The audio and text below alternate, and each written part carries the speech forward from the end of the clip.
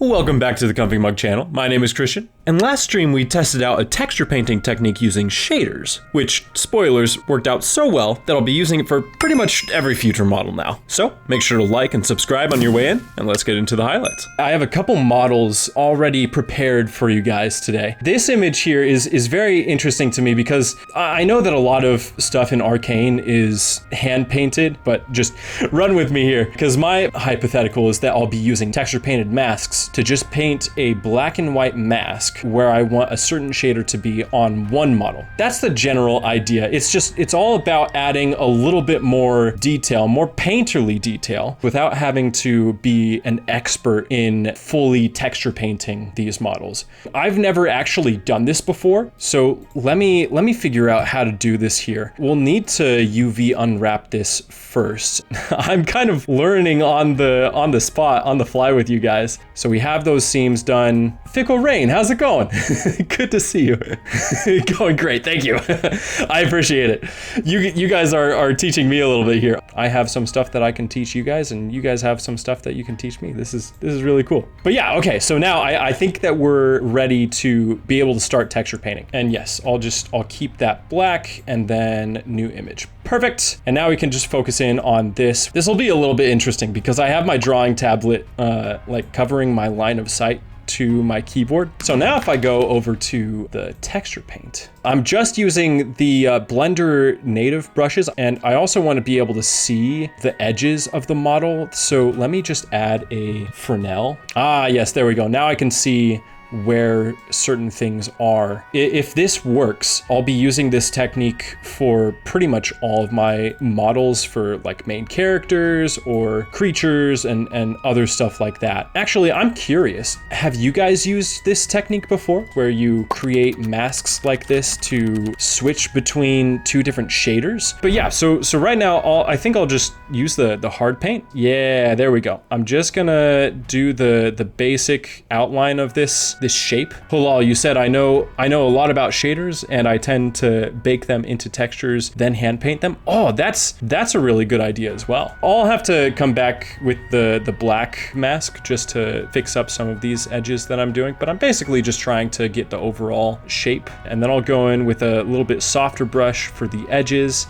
It's a little bit pixelated, probably because we're zoomed in quite a bit, but it's just something to think about. For like a character model or a creature or something, I would probably have to increase the scale of this texture here. And I'm just doing a little bit of light brushing to make it so that it's got a little bit more of a soft transition. Also, Fickle Rain, is this your first stream that you're tuning into? Hey, I think that means I was right. By the way, thank you so much for supporting me, guys, and allowing me to do these streams and videos. And I want to express how especially grateful I am for my Elder Mug members over on Patreon, who really keep the lights on for this channel. I couldn't do any of this without you all, so thank you so much for your continued support. And now, let's get back to the stream highlights. Okay, so we can start with this. I just want to see if this actually works the way that I think it will, right? I'm gonna give it a new mix color that just controls the different light and shadow colors, and I'll give this a little bit of like a bronze color. Oh yeah, okay, this is doing actually exactly what I wanted it to do, because we do have those softer edges. We're adding that second layer of brushwork to it. Yeah, okay, there we go. So I'm just adding a little bit of a fade. But yeah, I love that we can just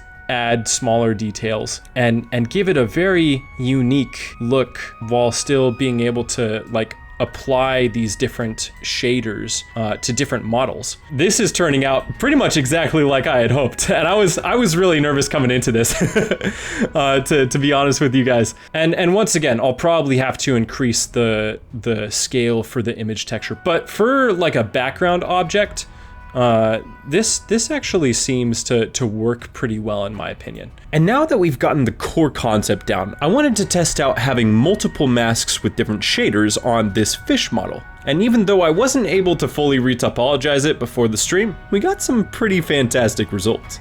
Might run into some issues with this then, but we'll make it work. But yeah, let's get straight into this. 3072. Okay, so I won't touch on the fin because I haven't retopologized my fish here yet. I'll stay away from the underbelly, and I'll just do like these kinds of details. I also want to add a new shader for the eye. I think that'll be fun. Let me open up our fish mask. Ah, there we go. I think I'm just gonna add a cool design on the top of his head here, just to see if it'll work. Yeah, and then do like almost like thunderbolt type lines here. Yeah, and I don't have to be like very clean about this. Yeah, okay, almost like veins. Maybe I can connect this, rounds out, and it's got a branch that comes over here. Okay. I like how this is starting to look. Yeah, we'll start with that. And again, I haven't modeled all of these details. We're just adding the detail through texture painting. And now, where would I want to put this mask? Ah, there we go. So now I can change the colors. Oh, I like that. That's really cool. And what I could probably do to make this stand out even more is make the mask cover over the gloss. There we go. Now the gloss doesn't have any effect on it. I could add just a little bit. It's like its own separate texture, but still being in just the same shader. And all we did is just add a new mix color node. Go wild? Okay. I think I'm gonna change the whole fish. He's not gonna be the same again. But yeah, so now I think I'll want to add another mask. I'll just duplicate this. Shift D, increase the size of the brush. And now, yeah, now we're painting on the right texture. Awesome. Yeah, okay. But now if I can use this, okay, so I just need to color in a little bit more. There we go. I can implement this as its own shader or a mask for its own shader. So this is just going to mix between the skin shader and a shader specifically for the eye. Okay, this is perfect. We're not going to have too much shadows for this shader because I want to give it a little bit of like a glowing effect. Yeah, so this is a lot like the crystal that we worked on actually. Yeah, okay. Okay, there we go. Now the texture moves just a little bit. I think maybe changing this darker green to be more of like a blue. Ooh, okay. What monster have I created? He's definitely seen better days. Maybe we can reduce the randomness slightly. Ooh, there we go. It's not done yet, but what I do think we can do, because the edges are a little bit harsh. Yeah, there we go. And theoretically, we can just continue to add more and more masks for different shaders, different details. And we can add line work as well. Yeah, okay, we'll add a new mask. Yeah. And we can bring up the color so that so that the saturation is really coming through as well. Oh, that's awesome. We can adjust the color to be whatever we want. So we can change the color of the line work at any point. And we can increase the value of this, decrease the saturation, change it to really whatever we want. Looking good so far, thank you. I'm liking it, especially for the first time that I've actually tried this. I think this is pretty nice. But yeah, so we have that there, but we can also add like some details for the gills, right? So I can just add some artificial shadows. And all I've done is just add another mixed color ramp to the shader. So I'm not actually painting in the color itself. I can change that whenever I would like to.